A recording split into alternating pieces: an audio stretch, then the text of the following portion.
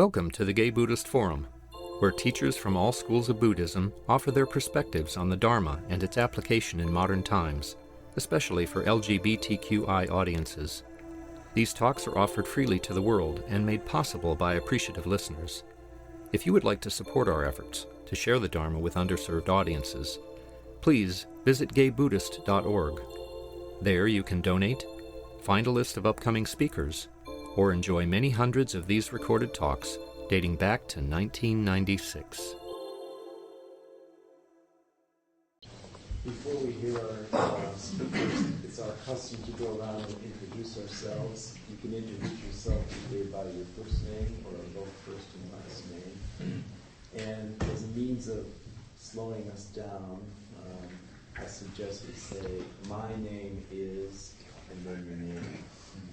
Sometimes it goes so fast that I don't connect whose name belongs to who.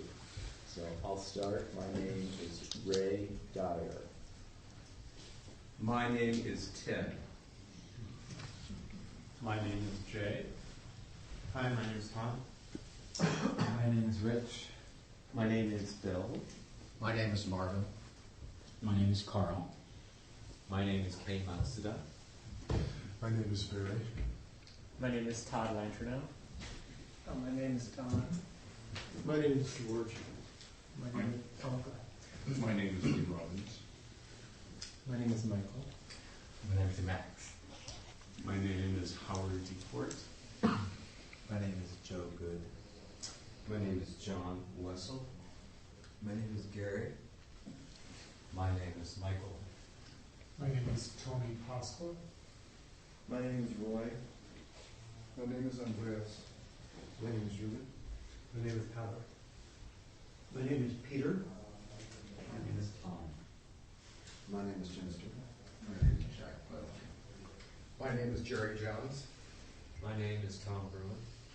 My name is Bob Malone. My name is David Axel. My name is Harv Sherpa Hardy. My name is Clint. My name is Dennis. My name is Paul. Hi, I'm Paul as well. My name is Rob. My name is Peter. I'm Chris. Anyone? My name is Jim Pearson. Any people here for the first or second time today? Great. 2, 3, 4. Great. Welcome.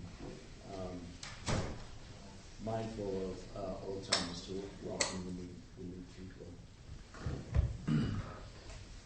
Today we have a Dharma Duo, which is two members of the sangha sharing about their spiritual path, how they came to come to GBF or the meditation, Buddhism, whatever. Our two members are Chris Shelton.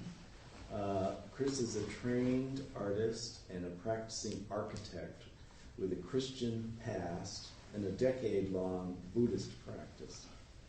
He strives to bring themes of service and generosity to his professional and personal creative work. Using Buddhist precepts, he aims to support the greatest amount of life in people, places, and the vast and stunning natural world.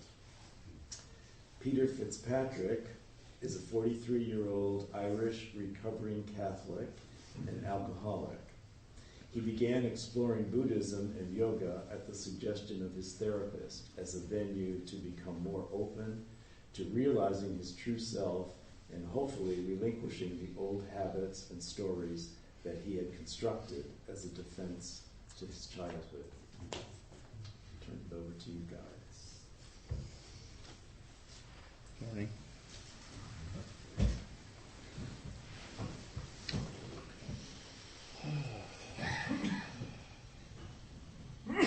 Well, let's see. I think I wrote that, but that's an awful lot to live up to.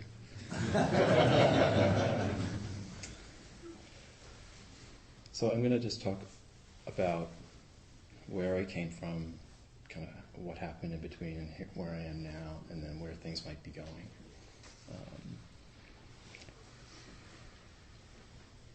it all starts in childhood, as everyone, basically a very sensitive, artsy, dreamy kid, very affectionate, very, very gay in retrospect. Had kind of a hard time reading, but kind of good with words. Joe had his dance piece of Wonder Boy. If you all saw that, that was a little bit like me, just kind of, wow, what's all this? And some of the factors that shaped me early on were, of course, my family, which had good and bad. The good was that both my parents, between my dad's Navy background and my mom's kind of Christian, serious faith, they both had an idea about service to others and subsuming yourself to a larger good. And the gentleness of my mother, she encouraged different talents in me and my brother, who was also gay, I should mention. Kind of on the bad side, though, they tried to force me to do all the things that people try to force little gay boys to do, like baseball and swim team. I mean, I could fake it really well. Like I became captain of the swim team, but I didn't want to be that. I just was it. And we also were very involved with the Presbyterian Church. I would go at least 3 times a week to service and youth group and Bible study. And some of the good parts of that was I really, and it's tricky to say this, but I really loved Jesus, again, with his ideas of love and kind of, there's a lot you could say about that, but basically his idea about love for all people and compassion, as opposed to the Old Testament wrathful stuff. And of course the church has bad parts as well, where the guilt about being a sinner and, I'm going to try really hard to save the entire world, but, if I don't do it, I'm going to burn in hell, kind of like, oh, well, that's a real easy thing to live up to. As well as, in a funny way, kind of also squelching ambition, like don't be too much of a, noticeable person, don't be, don't develop yourself, don't be proud, don't be anyone that would be special. And, of course, there was a whole homophobic side of that as well. Although in my church it was relatively mild. There wasn't brimstone. It was just, not really talked about. And then some of the other factors kind of coming on in life. College, I went to an art and design school. And basically because of my background, I arrived completely unprepared to deal with college or really the adult world at all. I'd kind of gotten by being smart enough to get through classes okay. But my parents had no real gifts to give me in terms of navigating such a world. So I kind of floundered, but there were some really great parts that kind of stayed with me, which were really deepening creativity, like challenging oneself every week to make 3 or 4 things that had never been made before, or that were beautiful in some way, or in the vague art terms that worked somehow. Got me very comfortable with the idea of not necessarily being able to articulate exactly how things were successful, but they were. Getting comfortable with the kind of and not ambiguous exactly, but somewhat nebulous and either pre or post-verbal way of expressing yourself. And there was also a lot of drawing, which made me, I took a lot of drawing classes, and that it was very much kind of the precursor to meditation, where you sit there for an hour and you just, you draw someone's outline really, really carefully. Just all you're thinking about is your pencil on the paper and where it's going to go and what's really there. It's really almost like a scientist. Like, what do you really see? What's the real shape of that? Not what's your idea of a face with a circle and like 2 circles for eyes and a mouth. Like, but what's the real shape? Just like, how does that line really move through space? So there's the beginning of a penchant for a kind of search for what's real and what's accurate and what's true. And also a kind of, in art school they developed a critical capacity to think about like what the hell is truth anyway. But that's another story. I should also mention that in this, during college, I had a very serious blood clot that really wrecked my vascular system in my left side, which has left me with sequelae that are very serious. I take blood thinners, and I'm kind of constantly monitoring that. So there's always this kind of sword of Damocles hanging over me, but it actually makes life a little more, if not tense, then intense. And then kind of going on a little further, in my early 20s, arriving in the adult work world, again, relatively unprepared, very few tools for navigating in the world of careers and offices and jobs, and I just couldn't understand how anyone could express themselves in an 8.5 by 11 piece of paper. Like what are you talking about? And in this early phase, I was exposed to Buddhism. A friend gave me a book by Thich Nhat Hanh, Peace is Every Step, which very much resonated with my kind of Christian background and a desire, at least, to be gentle and compassionate to people. But I took it, I didn't focus on it very specifically, and it became a very vague underlying kind of Buddhism where I was vegetarian, but I didn't really know what that meant, and I just kind of ate a lot of bread and kind of gained weight, and well, at least I'm not eating the meat. Okay, well, what do you eat? Oh, I don't know. And, all of which kind of led to a so-so life for many years. I was kind of depressed and low self-esteem. It was the early 90s, and AIDS was really still very much raging through the community, potentially killing off all the people who might have been my kind of next step age-appropriate mentors.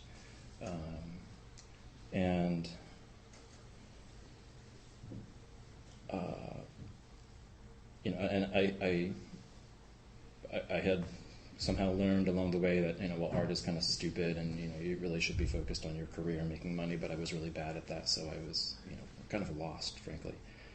All of which basically made a very fumbly career. I ended up in some very good offices, but not doing anything specific, and kind of just bungling around, and kind of getting more depressed and more bored and less self-esteem, and kind of really aiming in a very bad place. The one bright spot was I had a boyfriend during all this, Joey, who I had met in school, and it was very much love at first sight, and we were together for 7 years, and it was really good because he was kind of a shield for me for kind of the harsher parts of the world that I just really couldn't take. And so in a way he was great for me, but he also kind of perpetuated my state of being in that way. He didn't let me get quite to the crisis level of suffering that really bounces you back and makes you say, wait a minute. But ultimately, I broke it off with him. I thought he wasn't capable of connecting with me, but it was really the other way around. Kind of this projection again and again. Which, make a very long story short, over the course of really 10, 12 years, things got worse.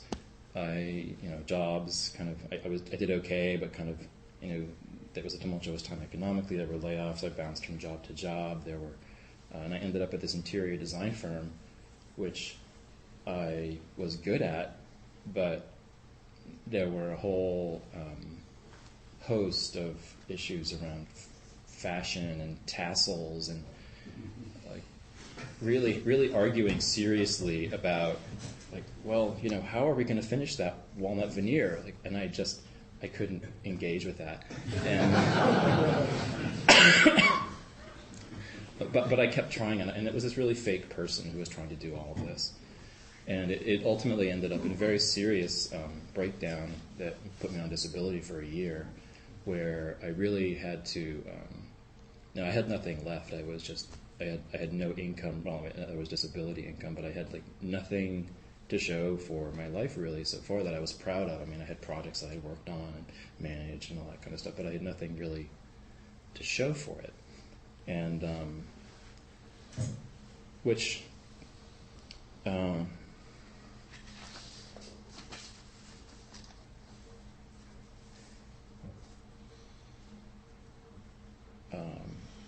and I was actually forced to kind of look at it. And I did a lot of reading about, with Pema Chodron, her book When Things Fall Apart, and you have to actually look at it. And if you just keep trying to run away from it, well, guess what? It's going to follow you. And you have to look at it. So I had been in therapy for many years trying to get some amelioration for all this. And recently I had kind of found a good therapist. God bless all the well-meaning therapists in the world, but there are some really, there are many people who've made things more difficult.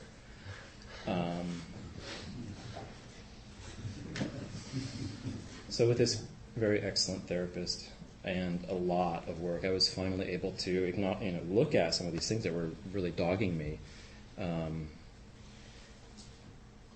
There's a lot to say about that as well, but basically, in one sense, kind of confronting how actually egotistical I had been, meaning clinging to this very small sense of myself and what I could do and what my value was, and focusing pretty much exclusively on my own suffering and not really being able to connect with other people,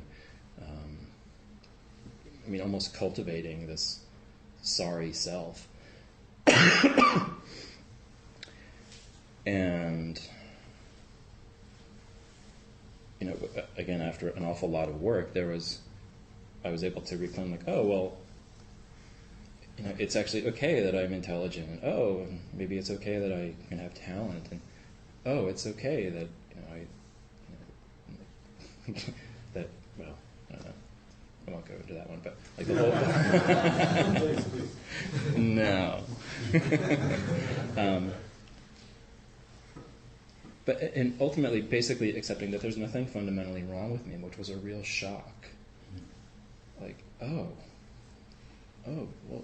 shit, now what do I do? And who the hell am I now? And, oh my God, what do I do? And I cultivated this practice of, I had this idea that I'm just walking forward in the fog. I have no idea where I'm going. I can, it sounds like there might be a cliff over there, and there might be lions over there, but, I'm just going to keep taking another step. Oh, didn't die yet. Okay, next one. Oh, no lions yet. And because it was terra incognita for me. I had no idea what it was like to have a healthy self, or to be a happy person, or to actually claim some success in the world, or so it was really actually very scary to think I could be okay.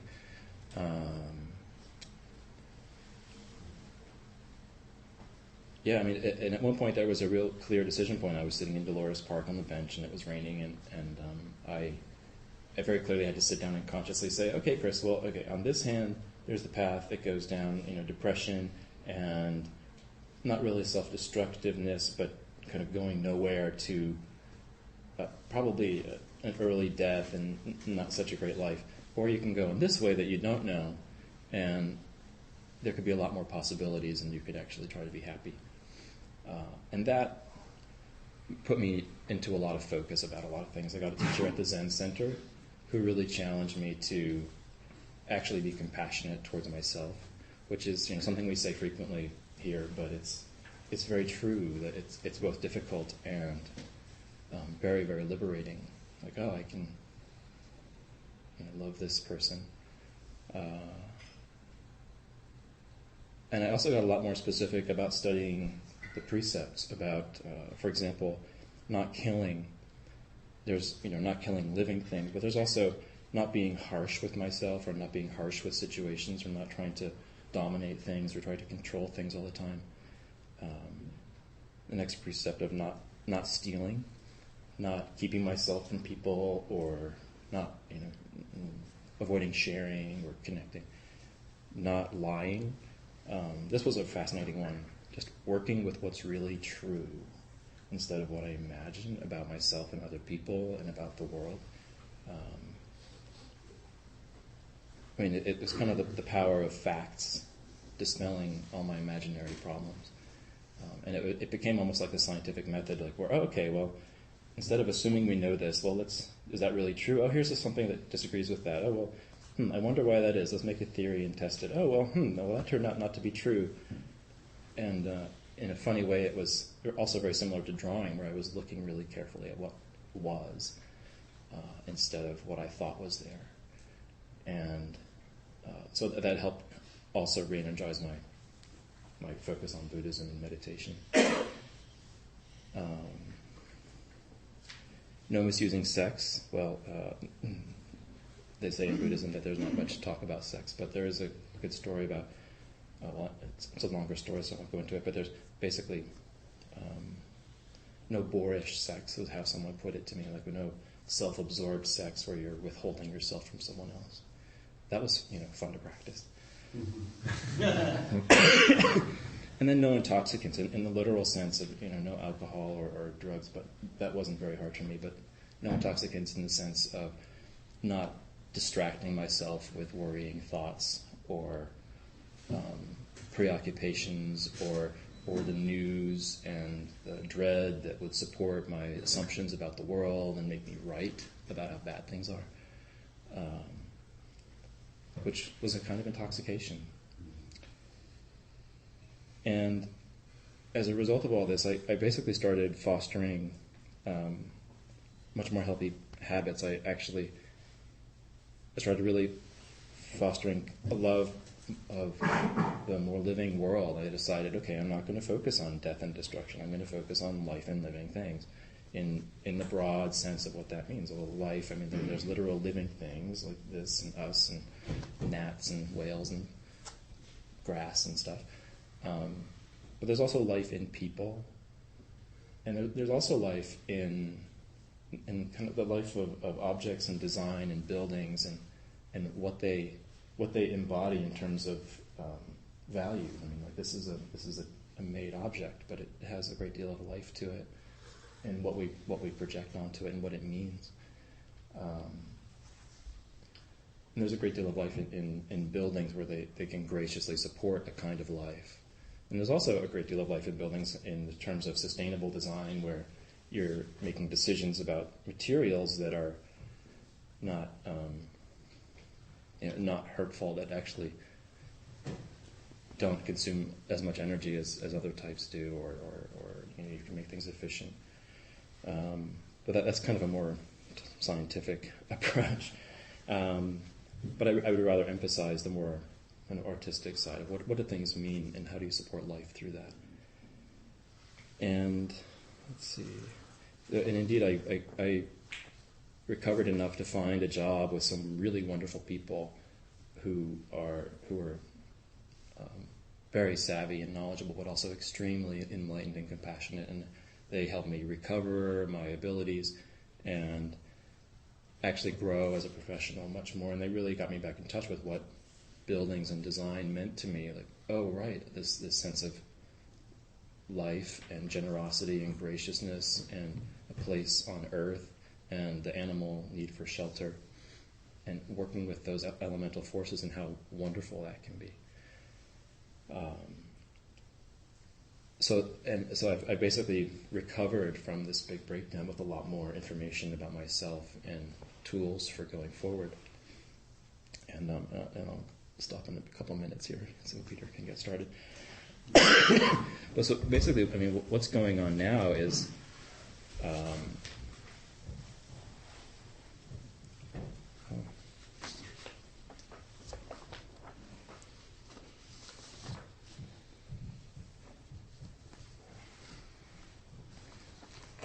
in many ways I'm becoming much more comfortable with uncertainty. I'm actually, especially now, with all the things going on in the world, it's kind of like a roller coaster. It's kind of a rush, actually. Like, oh, well, my job is really uncertain after February, and I have not much idea what's going to happen then, but it's kind of exciting, and it's prompted me to oh, well, maybe I'll start a little business, and that seems to be working, and out of the blue I get some, people who call me to design a little deli. They need a sink. Okay, well, that's a start. I can design a sink. And things open, and I've been able actually to rely on that more and more, and it seems to really work. And it seems metaphysical, which isn't really my intention, but it just seems to be kind of also a fact. Things open up and kind of work, and relying on that has been very wonderful.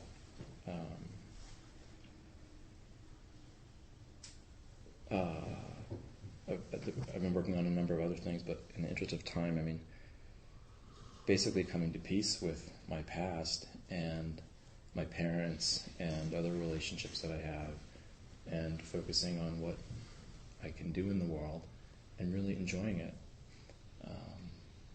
And that's where I am, and that's hopefully where I'm going to be going.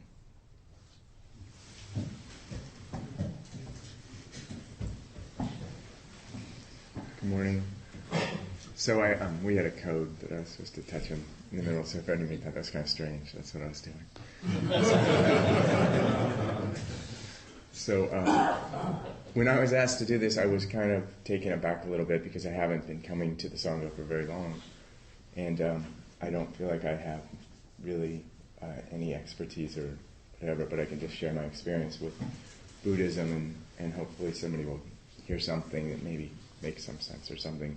I know for myself, with all the people that have come and spoken and shared, and just like Chris right now, I just get so much out of hearing the spiritual experience that people are having. So the reason I give my intro for the bulletin like that was because it is very much why I'm sitting here today. I'm the youngest of 4 boys in an Irish Catholic family where my dad was the first guy ever known to anybody to get sober. And what it really ended up for me when my childhood was that there was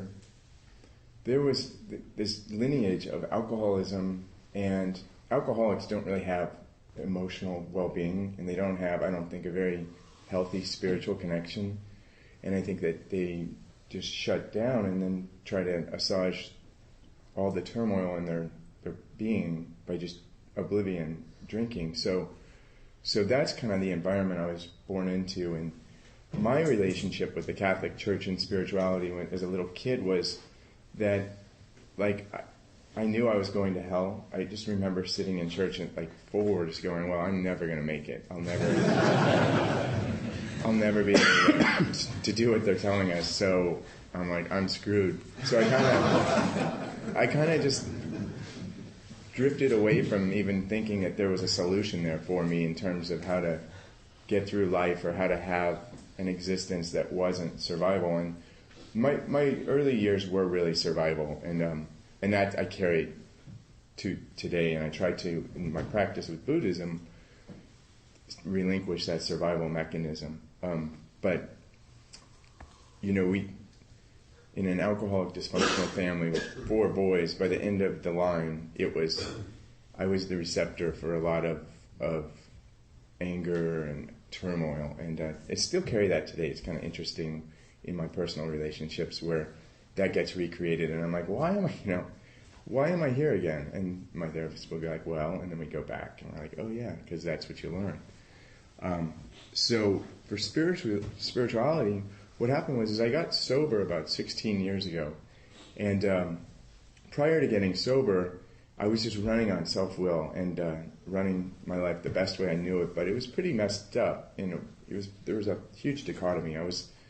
The day I actually got sober, I was driving this car and this girl fell out of it, and so I got arrested for 2 felonies. And so I'm sitting in the Marin County Jail, and I'm actually supposed to be at the Dean's Honor List reception, but I was drunk and sitting in jail, and so I was like, wow. And most of my family had gotten sober by that point, so I knew that I was like, I just don't want to live this way anymore.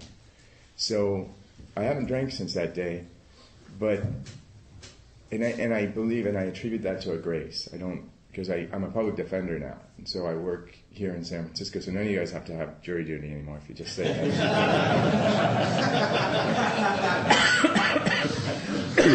Remember my last name and you'll get kicked off. So, but I deal with a lot of people who are really wrapped up in the turmoil of addiction and the spiral of there's a lot of poverty, and that I'm not there is not anything I've done. I accept that. It's a grace that I've been given, an opportunity for life that I have.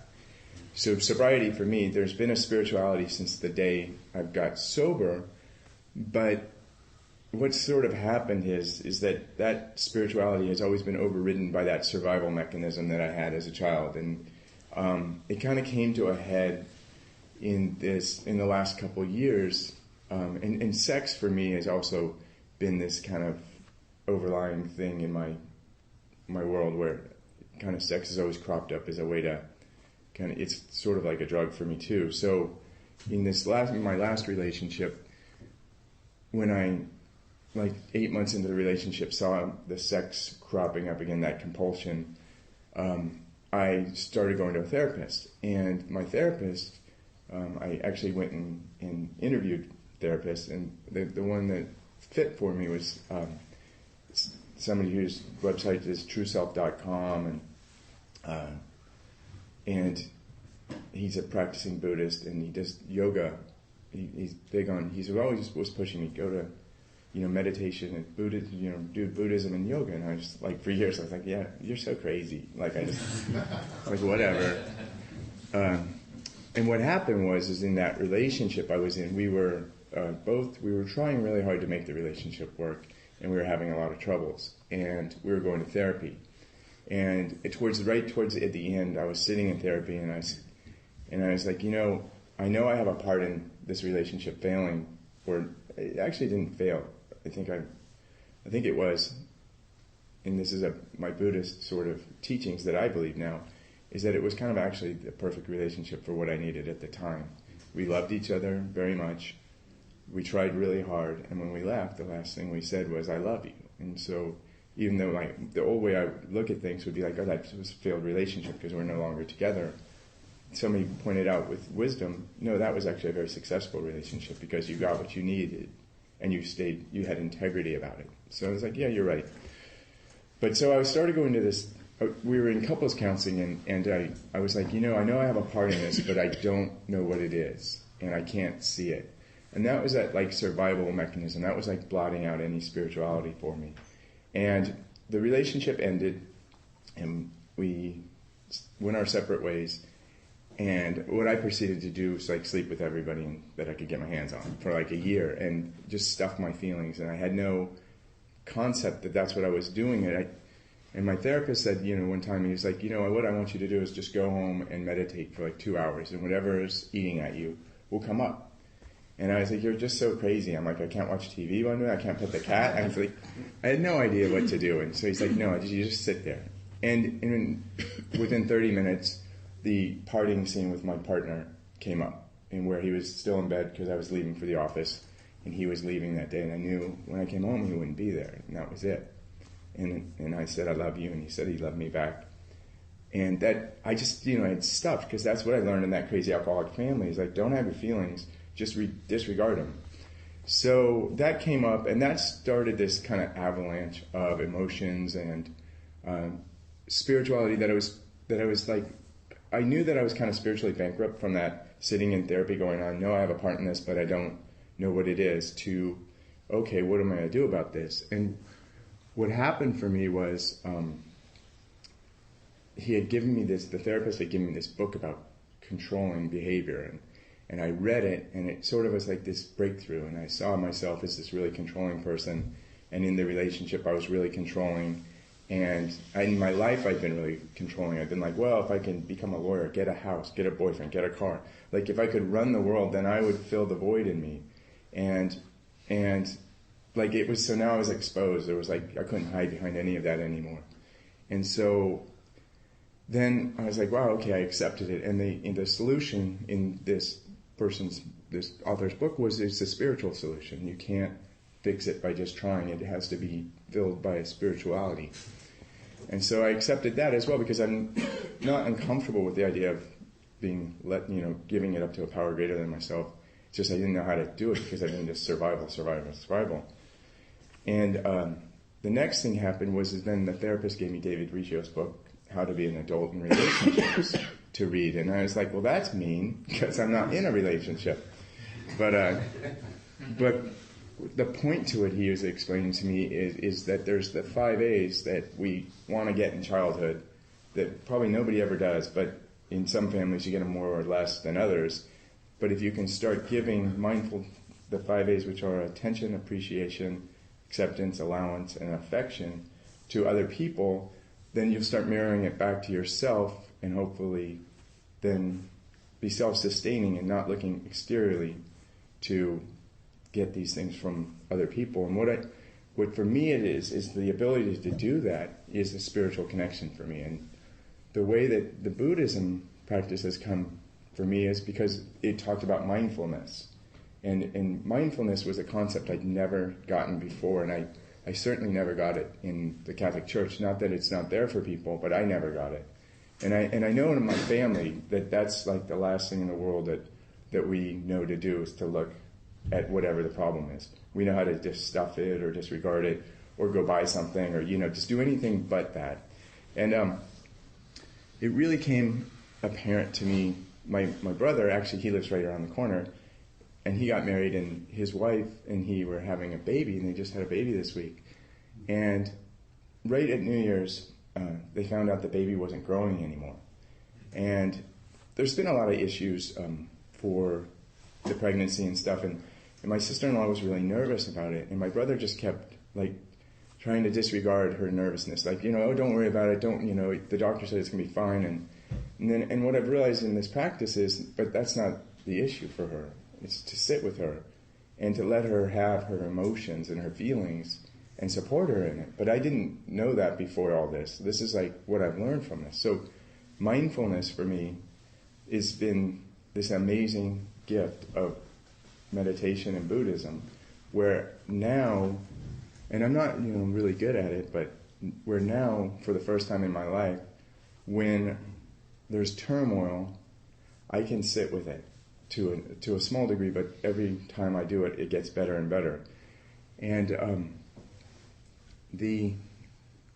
one of the things that really drew me also to Buddhism is the concept that we create suffering by trying to make permanence where life is impermanent. And that, to me, is been very instrumental and reflective for me because I was always trying to, that's the control component, I'm always trying to shift the world and make this different and that different, and the world's changing like the ocean. I mean, it's just flowing along, and I'm sitting there with a little bucket trying to stop it.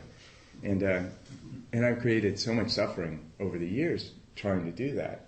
So kind of accepting the given that I have, that life will be life, and all I can do is float along on the surface and enjoy the ride, is pretty amazing. And then adding the component to mindfulness to that has been this amazing gift to go inward and to get introspective. And in the course of this year, so I've gotten into yoga, which has been amazing, because it's as my therapist says, it just somehow opens me up in a way that we can't get to in talking and therapy. It does something. And meditation does the same thing in a different way, trying to sit and stay focused in the half an hour meditation before we started our talk was just amazing, because my mind's just going a million miles an hour, and what I'm going to say, but just trying to focus on my breath and stay mindful in the present moment is just amazing that I can even try to do that. And what comes up for me now is I've been going through a very trying relationship with a co-owner, a business partner, and trying to have unconditional love for someone when every ounce of your being screams, I'm right back in that childhood, trapped in this environment that I don't want to be but I can't get out of, and that it's being kind of foisted on me as opposed to my picking it. And then trying to go back in and have unconditional love for the person that you think is reflective of all those voices of the past. It's been an incredible journey for me, I can say that. And at the beginning, way back with a boyfriend or even in this relationship, I was always thinking that, it's them. If they would change, then I would be okay. And through all of the work, it's not. It's inward, and the Buddha nature for myself is to get a world view, to get a global view, to understand that this person is going through what this person needs to go through because that's where they're at, and what I need to do is to try to have unconditional love for them. And in doing so, then what I can do is have unconditional love for myself. And I didn't learn that in my family, and it's really an interesting, or it's a wonderful experience to try to do that, because instead of, for like the first time in my life, like wanting exterior things to fix me or to change me or to make my life okay, I'm learning now how to actually provide that for myself as in a constant stream. And then once that concept becomes more and more available to me, there's nothing that can take it away. So I'm not dependent on whether the economy, boyfriend, housing prices, whatever is like out there. It's something that, like, I could probably lose everything and be okay because I'm not looking for exterior things anymore. And that is probably in a nutshell the greatest gift of spirituality for me in the Buddha practice, or the Buddhist practice, is to be able to access that. So what I've done in the last year, I've done two retreats, and one was a yoga silent meditation retreat, and that was pretty amazing because it was combining both. We do meditation and then yoga for like 7 hours, and meditation and silence, and that was a really amazing thing. But what happened in the middle of that was the Santa Barbara fire came up and forced us to evacuate. So what I then did is I went to Spirit Rock for a 5-day retreat, which was just strictly silent meditation, and that wasn't quite as rich for me as the first one was, but other people probably got a different experience from that. What I'm happy to try to keep doing is to keep expanding and opening up, and like I've heard or read in the books, when things are getting to you, instead of resorting back into my like survival mechanism, is to open up to it and to let it be and be mindful of what's going on for me, and try to bring in the Buddha nature into all situations, to keep the world to give my part of the world, to keep it going in a harmonious nature, as opposed to mine, which is swimming against the stream and throwing rocks at it, and like doing whatever I can to disrupt it because I have that little egocentric viewpoint. And so that's kind of been my spiritual path with this experience. Thank you. If you guys are open to it, we have some time for questions and comments. Sure. We're open for questions and comments. Thank you guys both for sharing your lives with us. What I noticed is that both of you you each sort of integrated your own sort of immersion in spirituality with some psychotherapy, and I just want to acknowledge that because I think that's a very profound synthesis, and can be very mutually enriching, as opposed to just going into spiritual bypass mode, which can often happen on a spiritual path as well. So I just wanted to acknowledge that.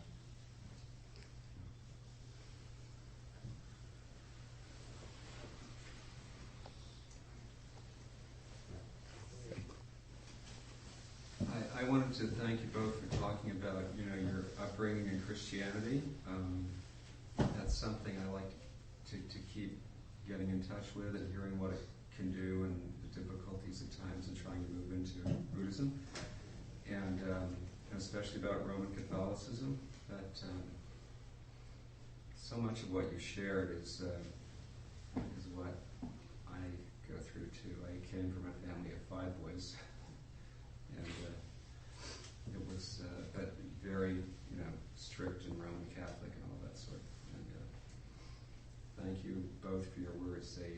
It's great to hear someone else say something, and I can really relate to it.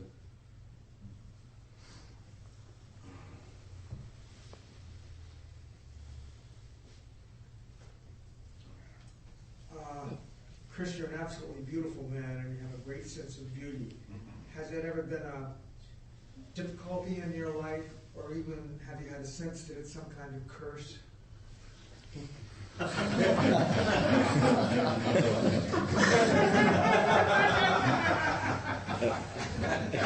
can't tell if that's a compliment or.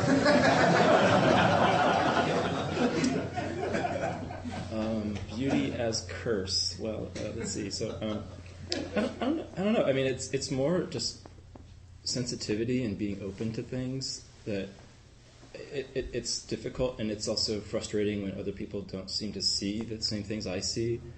And like I can really look out my window for hours and just say, oh my God, the air is such a beautiful color today. And my friends will be like, uh-huh. And like, no, you don't understand. Like, see this color? Like, uh-huh. So that can be very frustrating.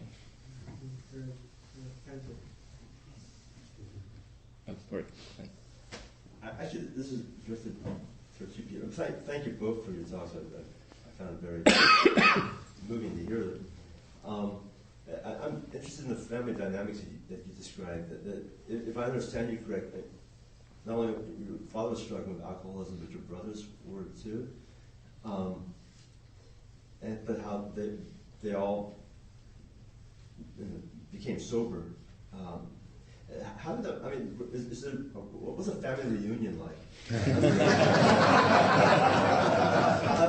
mean, did you talk about your struggles with alcoholism and so on, or do you support each other? Is it a topic that comes up, or have you just kind of like, well, that's history? And I have just another question: how's your little nephew doing? And is he okay now? Oh, it's a female, Lily Marie. She's doing great. They're at actually St. Luke's. I'm gonna go over after her. And yeah, she was born at 3 pounds 12 ounces, and she's a little tiny baby, but she's doing good. And the alcoholism, actually, and my mom's sober too. So everybody in my family is sober. But everybody's like practicing an AA or practicing a recovery program. Or some more than others, I think. And it is something that's acknowledged in the family. The interesting thing is, I think, in my experience, is that it's kind of weird because this is getting tape recorded, so like anybody could Google this, but whatever. I think that it's hard for certain people in my family to kind of delve into the guts of our psyches and our personalities, like what we learned in our family, or what we've learned, like for instance, what my dad learned from his family. And I think that I think it's really difficult for certain members of my family to go in and look at it and acknowledge it and be mindful about it. I think that's the greatest gift for me, what it feels like in this practice, is that I can sit with what I feel I learned or what I became as a result of that generational alcoholism and how to deal with your emotions or your thoughts or your being. And I don't know that other people can. So it crops up in a way that I think some people get stuck a bit from the alcoholism still. And it impacts the rest of the relationships, if that makes any sense. So it's like any, people don't drink, but sometimes they're not really, their behavior isn't very serene or, yes. This is directed towards you, Peter. There's a part that resonated real deeply with me, which is what I'm going through right now in my life, which is the experience, which is filled with so much growth on reeling, that I'm in almost daily contact with a family member, and it has to do with some aspects of my life, and I find the interaction to be painful, and I find myself reverting to very early, very, very early patterns of behavior. I can see them, but there's this part of me that doesn't want to control them or push them away. I just want to experience them. And when I do that, it triggers the other person. I can see it. I can just see, that he wants that behavior to be eliminated. And I and it creates a tension. And I am struggling to allow myself to be fully present in tension without getting reactive. And it is really challenging because there's some early part of me that's hearing. I don't want to push that down.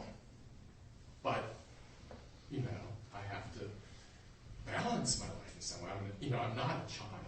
I'm not that really a child. And as I talk, I realize what it is that I yearn for, which is compassion and support. And I want that to come from myself, and I feel that I really do need help. I'm sort of answering my question as I'm talking to you, which is I need more support to be able to allow that person to continue to be present, be that younger person without rejecting. And there's such a strong push, to push away, to push that part of myself away. And if I do push that part of myself away, I'll just go on stuffing. That's what that process is. Yeah. Well, thank you for that. I appreciate that. Thanks. Yeah, that was like a real breakthrough for me also in therapy, was that like a couple weeks ago I actually was crying like really hard, and like my therapist was like, people normally come in here and start crying the first day, and I've been just like 3 years and it's very rare crying, but this situation, because it's my home life and it's you can't escape it, and I was like, I just wanted it to, them to, like, I was like, leave me the fuck alone. And he's like, how old do you think that person is? And we kind of talked about it, and it's like my 6-year-old. It's my unconditional love as an adult, because now as an adult, like, I think we're all here. We're all like nourishing ourselves spiritually. And so we can go back in and give unconditional love to our inner child and protect and be the adult that we didn't have, which was the 5 A's that really resonated with me with David Riccio. I'm probably not saying his name right. I apologize. It's actually Rico. Rico? Italian. Okay. But so we can all give that to each other, and I think that to me is like our Buddha nature, that we can then take back into these situations that still pain us. And I know that in my relationships, they just were recreating this. Sorry, Dad, if you're listening, but my unavailable dad. I'd make my boyfriends unavailable, because then if I could get them to love me, then I've solved that riddle. And it's like, okay, but now I know that. And when that comes up, I can give mindfulness to it, and then see what happens. Can you repeat those 5 A's again? Sure. It's attention, acceptance, appreciation, affection, and allowance. And it's like, whenever you see yourself going into whatever something sticking in your craw or whatever, it's like not judging it, not trying to fix it, just letting it be. And kind of unconditional adult me giving unconditional love to the young me and letting it be.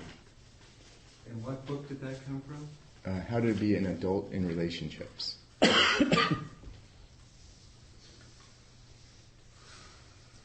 Well, sorry.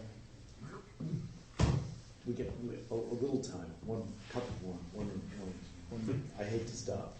I just want to thank both of you too, and Peter, I just want to acknowledge, and this may sound almost like banal, but it's not, like if everybody or almost everybody in the family has gone from being an alcoholic to being sober, I just want to acknowledge what an incredible breakthrough that is, and how much incredible work must have gone into that, and what a gift that is to future generations in the family. That's like, and when my brothers seem to get frustrated with my dad for certain behaviors that he still carries forward, I'm like, but he's changed the course of history. Like, he's an amazing gift for our family. First of all, I just want to say thank you for sharing, and the fact that you guys sought out therapists, and I think there's a lot of stigma behind that. So I really appreciate that you guys sharing that. My question is, I find it fascinating that both of you sought therapists, and it kind of brought you closer to Buddhism. And I'm just wondering, what is it about these therapists that made you want to continue working with them? And I know that therapy is a very frustrating process. And my second question is, as you mentioned earlier, some therapists can actually do harm. And I'm wondering if you sought out other therapists, and if you did, what is it about the therapist that you chose that made you continue working with that specific one as opposed to the other therapists? The one that I stuck with, who was most helpful, was he wasn't strict exactly, but he was very forceful with me. He wasn't going to let me get away with stuff, and he wasn't going to talk endlessly about everything that came up. He was like, well, no, we got to focus on this today. And I'm not going to let you get away with not feeling that today. Sorry, you've got to do that. I mean, he wasn't really using those terms exactly, but he was very forceful, which is what I really needed, which is what was lacking in my early life, was some real guidance, which was most helpful. So will you guys be open to questions if people come up and talk to you? Okay. We have a host today.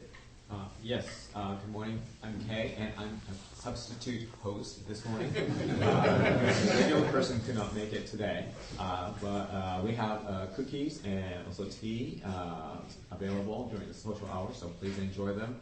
If you use cups, please wash them and put them away. We also have a Dharma ball, and I'll be walking around with the Dharma ball during the social hour. Suggested donation amount is $5 to $8, but if you can give more, please do so. And we also have a sign-up sheet out there for people who are new to our group, and also people who would like to be on a mailing list and a member list. Finally, there are people who often go out. There are people who go out and have lunch together after the social hour, and that group tends to form around the front door, so look for them around 12:30. And I'd just like to add one more thing. The food today that we'll be enjoying during the social hour was prepared by Richard Azzolini, who's a member of the group and who's a professional chef. And when the regular person was not available, he volunteered to prepare food. And because he could not be here today, he asked Ray to bring the food over. So he was extremely generous in doing that for us. So he's not here today, but the next time you see him, make sure that you thank him for his generosity. Thank you very much. I have an announcement. There's a new edition of the GBF directory right beside the Dharma bowl. Feel free to take a copy. Ray, did you do that actually? I did. Congrats. Thank you. Kudos to you. Well, Ray, our sangha, our speaker next week is Jürgen Moeller from Spirit Rock. He'll be addressing mindfulness to the shadow part of our lives. So it seems as though that theme has been percolating and consistently given attention to, and we'll continue that. Also, I was able to speak with Doug Hall, one of the members of the sangha, who's recuperating down in Santa Barbara. His surgery was 10 days ago, and his recuperation is going extremely well. When I spoke with him, he was in the middle of a butterfly sanctuary, along with the family members surrounding him, just healing away. And he's grateful for the prayers and compassion of the sangha. What is the date for our day-long meditation retreat? I believe it's April 18th, Saturday. Okay, just because it's now February and the year is evaporating. But we've, in response to people's requests, we're going to have a day-long in-house meditation retreat here on that Saturday, April 18th. So you might want to consider marking that on your calendar. The format is in flux, but it's going to combine sitting and discussion and walking. So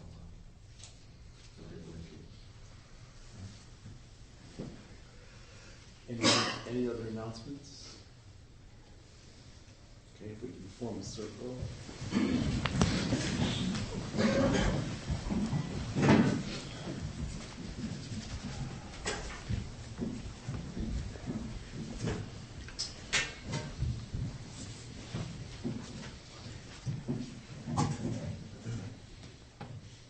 the power and truth of this practice, may all beings have happiness and the causes of happiness.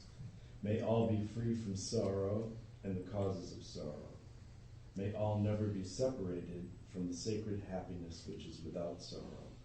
And may all live in equanimity without too much attachment or too much aversion, and live believing in the equality of all that lives.